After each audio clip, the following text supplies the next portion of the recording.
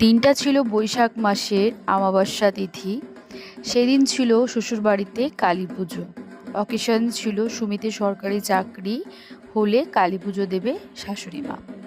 তো যথারীতি সেই মতো মানত পূর্ণ হয়েছে, ছেলে চাকরি পেয়েছে, কাকিমার মানত পূর্ণ হয়েছে।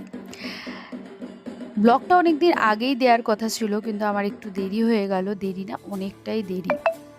আলপনা তালপনা সকাল সকাল দিয়ে তারপর আলপনা শুকিয়ে যাওয়ার পর বিকেল বিকেল ঠাকুর নিয়ে সুমিত আর বাবুদা চলে আসে। তারপর কাকিমা বরণ ডালাটা সাজিয়ে নেয় আর আমি হাতে গঙ্গার জল নিয়ে নিই।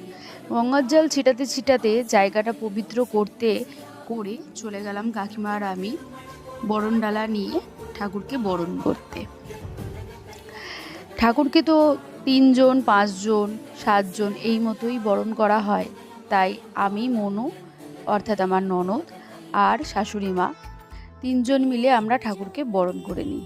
এই দেখুন মায়ের মূর্তি, মায়ের প্রতিমা, মায়ের বিগ্রহ, কি সুন্দর লাগছে। আমাদের তো ইচ্ছে ছিল যে 3 জনাই বরণ করব, আর সেই মতো করেওছি। বরণ করে আমরা উপরে উঠে যাই।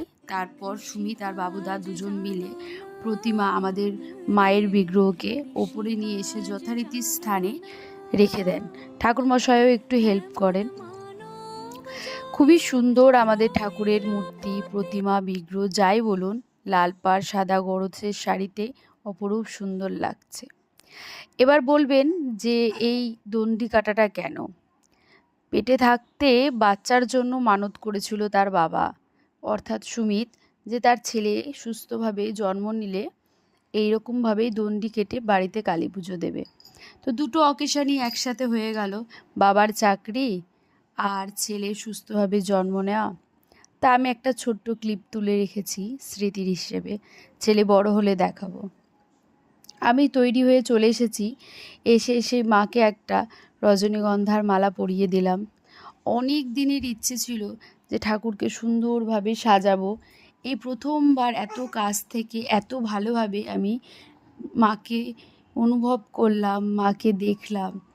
এর আগেও অনেক পুজো করেছি, কালী পুজো তো আমি অনেক ছোট থেকেই করি, কিন্তু মায়ের মাহাত্ম্য, মানে বাড়ির পুজোর যে কী মাহাত্ম্য, সেটা প্রথমবার দেখলাম।